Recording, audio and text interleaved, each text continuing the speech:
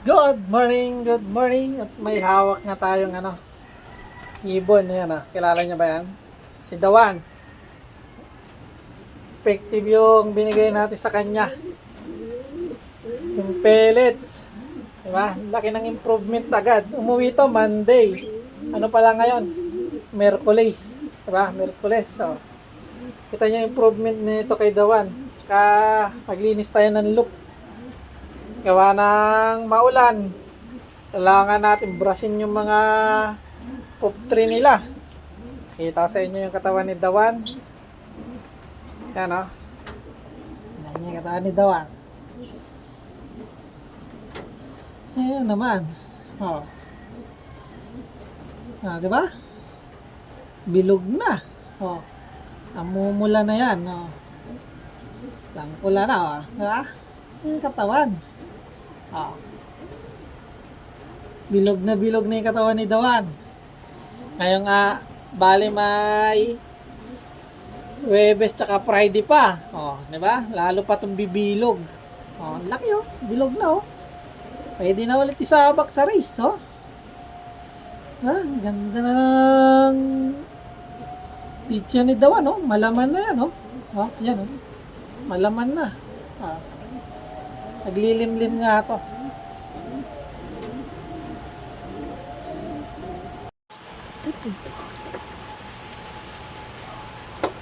Ganda ng mga YB natin, oh. Oh. Healthy, oh. Diba? Oh. Lalaki. Kikinis. Puro red check yung nilabas niya ito. Mangingitlog na nga ulit yan. Ayan, oh. Lapit na mag-itlog yan. Mga 1 week lang, iwawalay ko na itong mga to. Para makapag-itlog na yung hen. Isang gagawin natin dyan, ipapayaya ko lang yung itlog. Kasi bibiyaking ko nga. Papartner ko dun sa 3 ibon natin na blue bar. Kaya papayaya ko lang itlog nyan. Pa yung another red check natin, oh. Oh. Di ba? Mangingitlog na rin yan. Ayan, oh. Bumababa na yung buntot ng hen. Yan yung sinyalis na malapit na mag-itlog yung hen. Pag bumababa na yung buntot. Yan. Ganda, oh. Healthy yung mga red check natin, oh. Ayos. Ayan, yung mga YB natin. At masama pa ang panahon. Tsaka nag-spray na rin ako ng Sunrox dyan. Nilinis ko na rin to. Baka tamaan na one eye cold, lalo ngayon tag-ulan. Kailangan maglinis ng loop. Yung amoy nga ay nagdadala ng sakit dyan pag nabasa yung dumi. Ito yung panahon natin, oh. Ba, umuulan pa rin. Oh, pati dito nilinis ko na rin. Yan, oh. Mga ilalim pinaglilinis ko na. Di ba? Tapos sinisprayan ko yan lahat ng Sunrox para may mga bakterya kasi tag-ulan nga, di ba? Iwas one eye cold. Yan ang kailangan natin. Hindi sila tamaan ng one eye cold. Nakakalat pa yung pansubo natin, no? Sinubukan ko nga itong mga to. Yan ang mga YB. Yung update sa YB na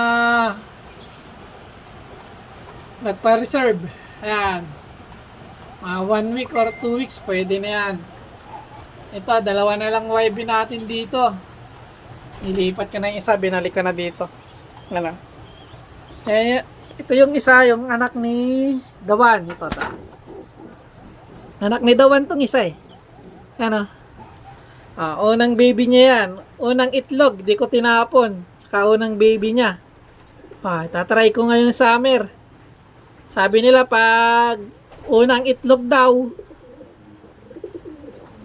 kailangan itapon. Tsaka unang itlog lang talaga ni Dawan to. First baby din ni Dawan.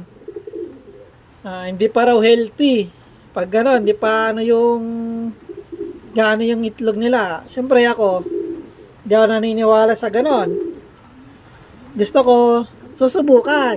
Di ba? Unang baby, unang itlog. Subukan natin sa summer. Di tayo naniniwala sa ganun hanggat di natin nasusubukan. Ako yung taong hindi paniwalain. Kailangan masubukan ko muna. Diba? Ayan na, lumakas na yung ulan. Tapos yung isa, ayan o, anak nila yan, Mr. Solo. Anak nila yan.